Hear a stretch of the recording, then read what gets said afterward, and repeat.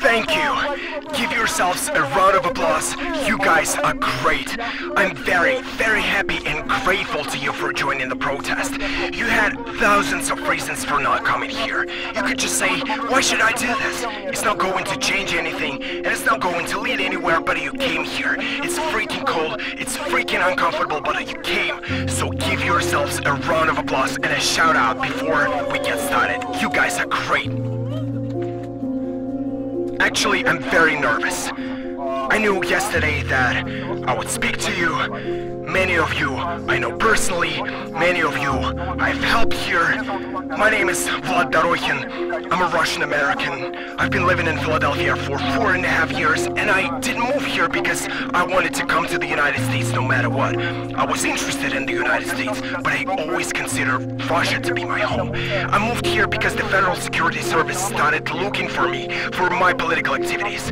The thing is that since 2017, I was one of the representatives of Navalny's headquarters in Samara. And when we organized a series of protests and when they tried to kick me out of the university for debating with Zhirinovsky, when I started to be shown on TV, I was noticed by the Federal Security Services, and I had to move here.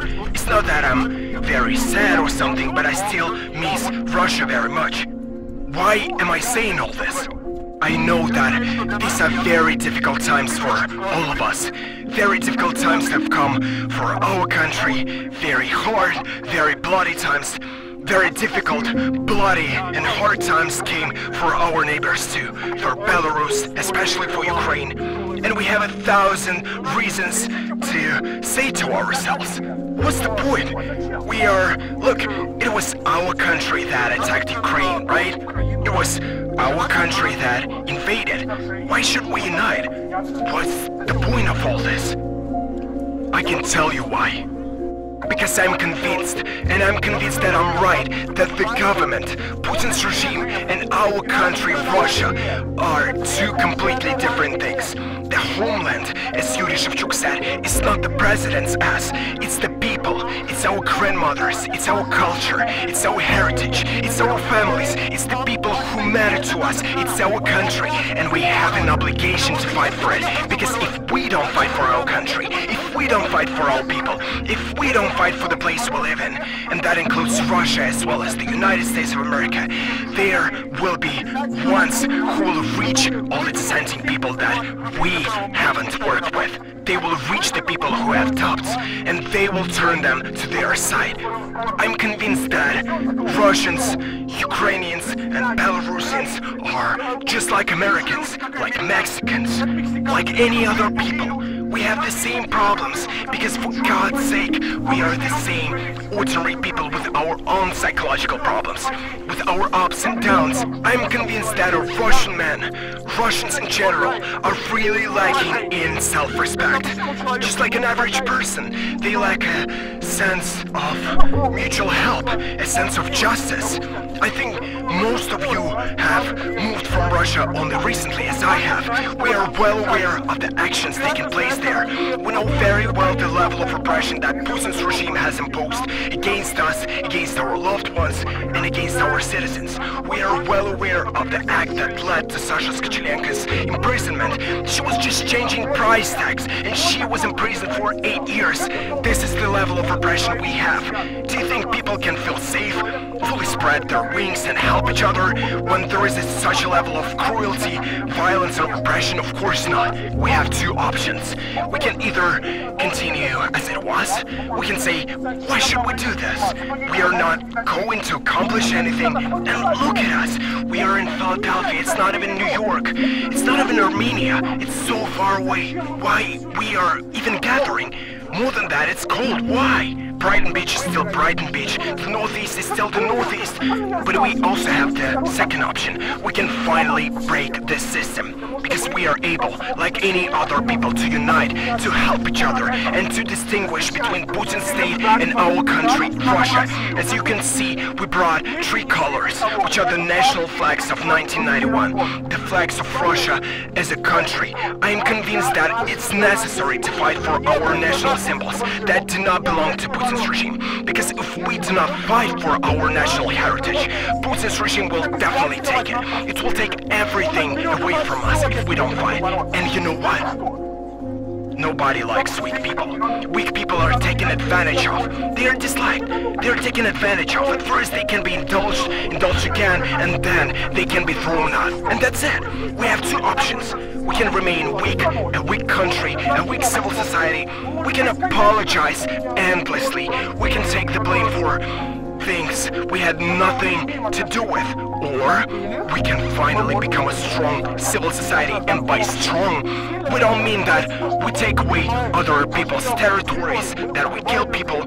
There is no justification for Russia's invasion of Ukraine. But maybe some of you will raise your hands, maybe some of you will speak up, maybe some of you will tell us you voted for this invasion.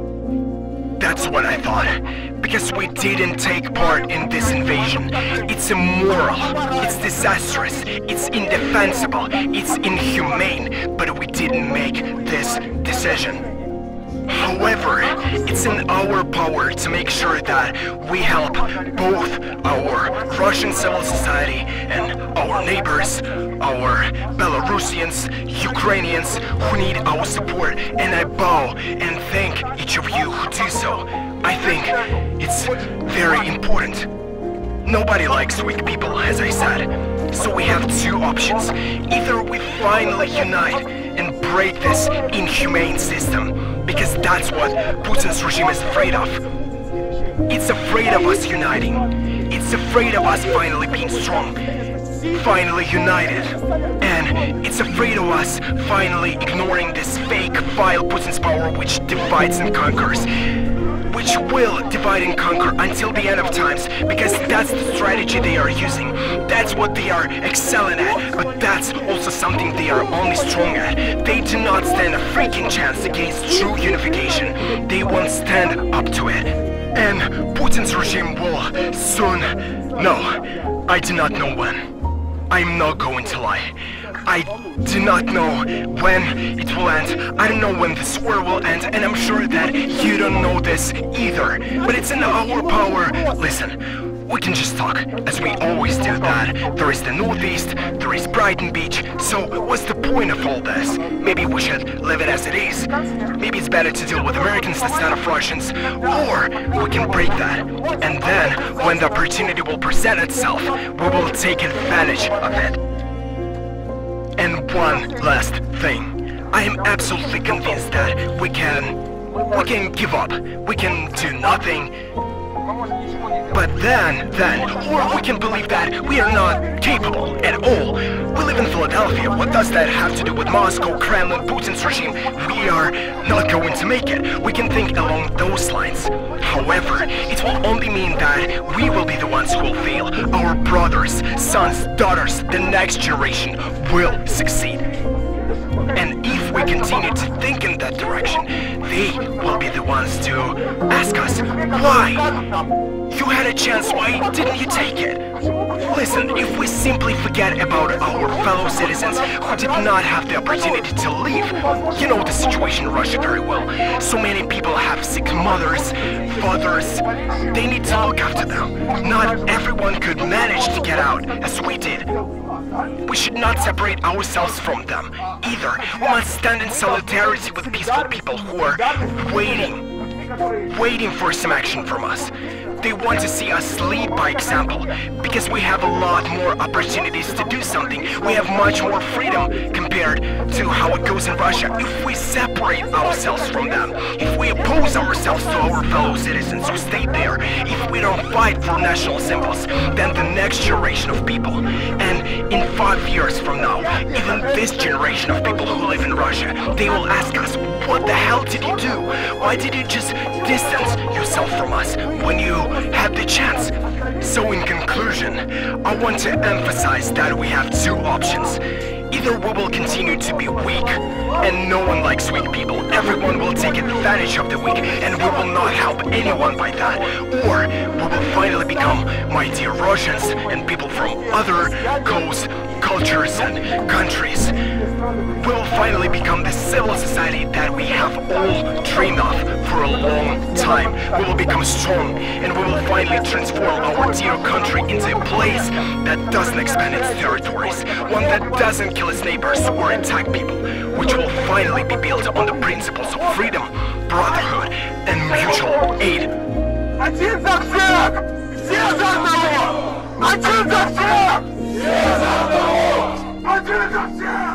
Все за одного! You guys are great. I'm proud of you. If you have any questions, please do not hesitate to come to me. I will give you my time to everyone. I am enormously grateful to you. You guys are great. Ukraine will be free. Belarus will be free. And our motherland, Russia, will be free.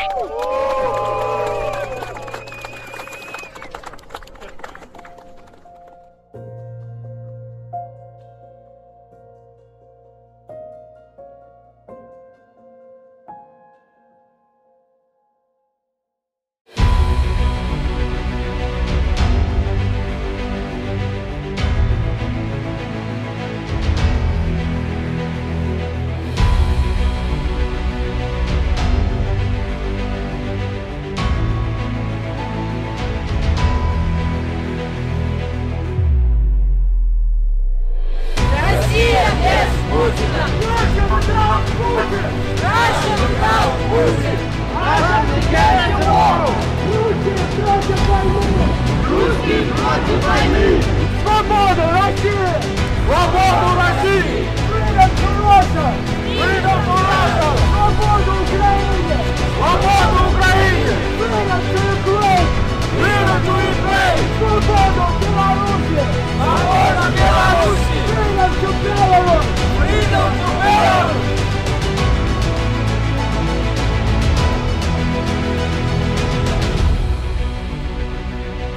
Свободу Илье Яшину! Свободу Илье Яшину! Freedom for Алексея Горина! Freedom for Алексея Горина! Freedom for Саша Столиченко! Freedom for Sasha Stolichenko! Freedom for Алексей Навальный! Freedom for Алексей Навальный! Свободу Алексея Навального! Свобода Алексею Навальному! Свобода всем политзаключенным! Свободу всем политзаключенным! Freedom to all political prisoners! Freedom to all political prisoners!